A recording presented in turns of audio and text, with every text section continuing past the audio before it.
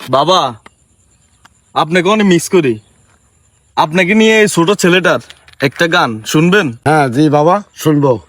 তাহলে শুনেন। ছেলে আমার বড় হবে, মাকে বলতো সে কথা, হবে মানুষের মতো মানুষ এক, লেখা ইতিহাসের পাতা নিজ হাতে খেতে পারতাম না। বাবা বলতো, ও খোকা, যখন আমি থাকবো না,